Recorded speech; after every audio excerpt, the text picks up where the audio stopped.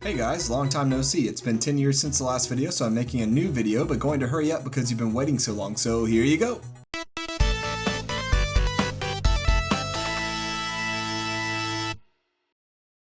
"2022 has been a really solid year, with lots of great releases from all sorts of different genres. And these are 4 of my favorite official soundtracks, in no particular order. Hope you enjoy. Let's do this.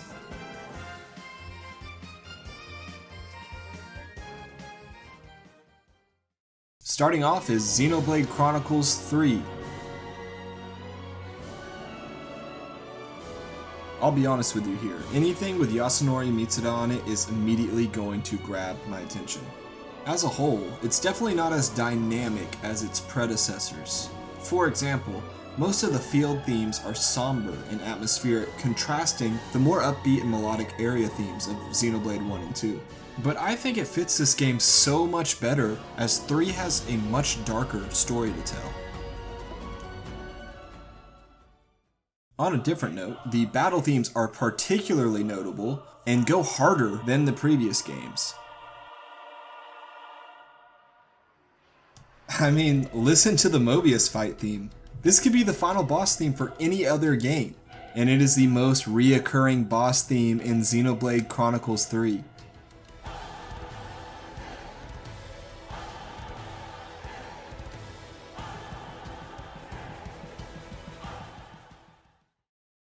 Overall, I think this is the most emotionally driven OST we have heard from Xenoblade. And without giving away spoilers, there are parts of this game that will really make you feel things, and the music has a huge factor in this.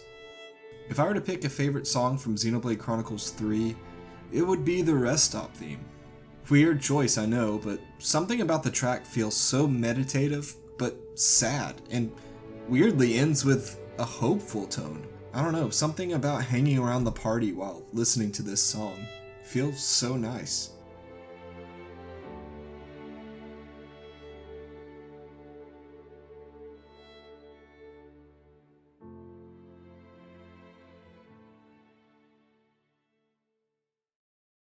Next we have Teenage Mutant Ninja Turtles Shredder's Revenge, a complete 180 from the previous game. This is one of those games that I saw a trailer for and knew immediately that both the game and its soundtrack would be truly incredible. And hey, they managed to exceed even those expectations. Like its predecessors, the songs in this game exist just to keep the high energy going.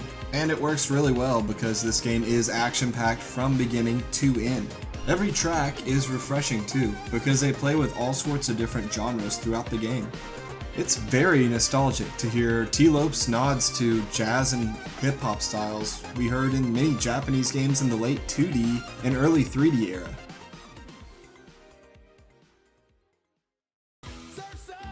And then you have the multiple vocal tracks with various artists, and my god, they kill it with every single one of them. I would say my favorite non-vocal song is Mall Meltdown, with its moody 80s aesthetic. It makes you feel like you've time traveled back to the dawn of the Turtles craze. My favorite vocal track is probably Panic in the Sky. I think it was honestly the song I remember the most from my first playthrough, a true power rock anthem. But you honestly can't go wrong with any song in this soundtrack. Don't forget to keep T-Lopes on your radar. He is 2 for 2 on amazing soundtracks after this and Sonic Mania.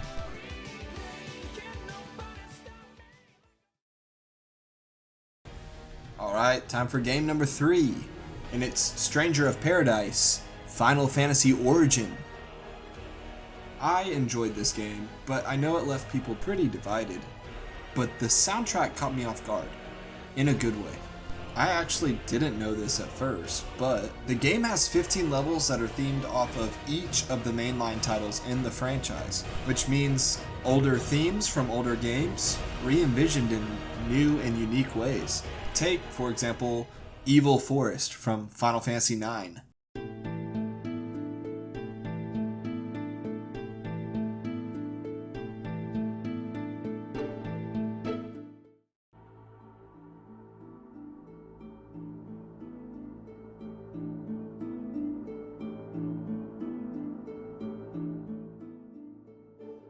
and how that song evolves into something completely different as you progress through the level is really neat.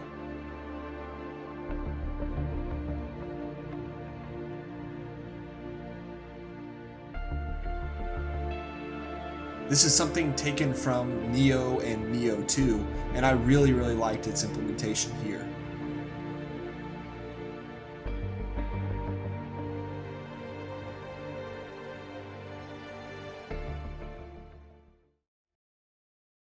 You also have a lot of genre diversity in many of these classic-inspired themes. One level will go from orchestral to rock to electronica, and it's all pretty good. I do also want to give a shout out to the multiple boss themes in this game. I think most of them are pretty underrated. Part of the reason for that is because it's so hard to hear them when they get drowned out by the constant sound effects and back and forth between the party. Check them out though, I definitely think they fit in with the rest of this game. And for all the Final Fantasy XI fans, this soundtrack was composed by Naoshi Mizuta, the composer who did the soundtrack for 11 and its expansions. All in all, I really like this soundtrack. There is a lot for Final Fantasy fans, but I think this is a soundtrack that could be enjoyed by anyone.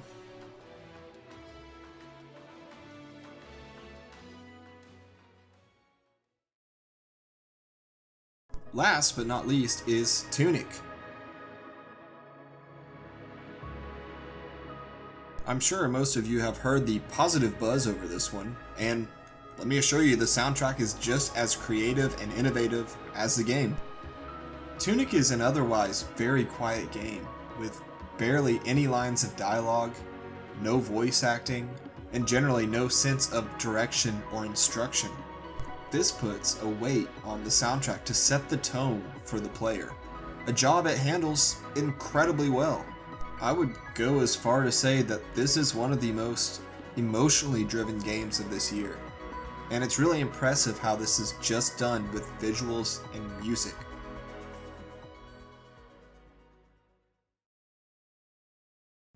One of the reasons this achieves this for me is due to its very large variety of different sounds. By mixing a mostly electronic soundtrack with sprinkles of organic instruments, it creates an interesting crossing of old and new, and gave them a bigger palette to work with, as the game drives you through differing emotional stages. With very melancholic and atmospheric sounds, Tunic's OST will make you fit into a world that is very calm, but also mysterious and slightly menacing. Much like my favorite theme, which is probably the song Forget to Forget, one of the many overworld themes.